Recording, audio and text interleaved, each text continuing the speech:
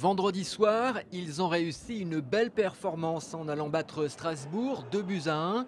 2 buts signés Ekwele Manga à la 52e et 82e minute.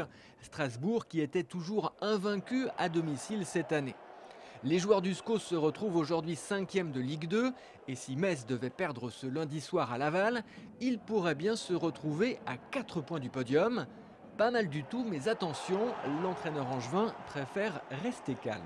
Et la confiance, on est en train de l'emmagasiner, hein. Ce n'est pas que ce match-là, mais c'est plutôt notre série. Je rappelle que sur les 9 derniers matchs, nous sommes leaders de ce championnat avec 20 points pris sur 9 matchs. Seul Brest a été capable de suivre cette cadence. Donc voilà, il faut rester très calme, comme je l'ai dit, garder la tête froide. Aujourd'hui, notre objectif est de rattraper une équipe comme Nîmes, qui se situe devant nous avec un budget équivalent. Avant de viser plus haut, le SCO peut surtout savourer le fait d'avoir l'esprit libre. Avec 40 points, il est sur le point de valider son maintien en Ligue 2 cette saison.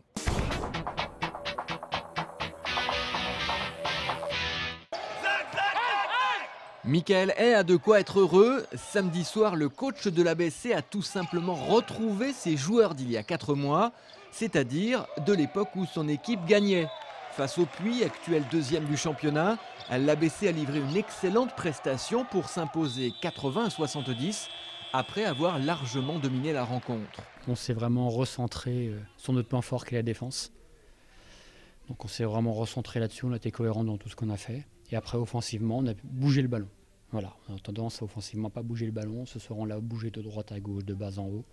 On a été vraiment sobre, efficace. Et après de là, on est bien en rythme pour mettre les shoots et c'est ce qui s'est passé ce soir. Ce qui s'est passé, c'est un retour en grâce d'un groupe dont les prestations étaient devenues très inquiétantes.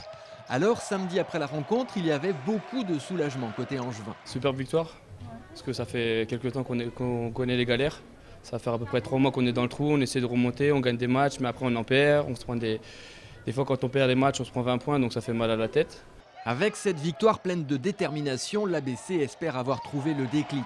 Ce sera à confirmer le week-end prochain à Cognac, une équipe qui se bat pour le maintien. Aujourd'hui 8e, l'ABC va reprendre sa quête d'une qualification en play-off. Si par bonheur on arrivait à enchaîner une petite série de victoires et donc se qualifier pour les play-offs, là on pourrait être très dangereux parce qu'on revient un petit peu de l'enfer. Bon, on ne va pas aller aussi loin que ça, mais déjà profiter de cette victoire-là ce week-end et puis se remettre au boulot lundi pour préparer ce déplacement à Cognac. De son côté, l'Étoile d'Or Saint-Léonard enregistre une mauvaise opération. Battu à Liévin, un concurrent direct pour le maintien. Les Angevins sont 12e et joueront samedi face à Blois, un autre concurrent pour le maintien.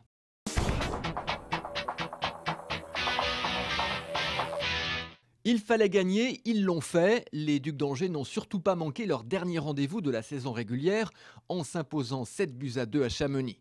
Cela leur permet de garder leur précieuse 3e place derrière Rouen et Briançon et surtout de se qualifier directement pour les quarts de finale des playoffs. Ils débuteront le mardi 16 et le mercredi 17 mars prochain. Les Ducs seront opposés aux vainqueurs du match Morzine-Avoria-Gap. En attendant, ils ont 10 jours pour se reposer et se préparer.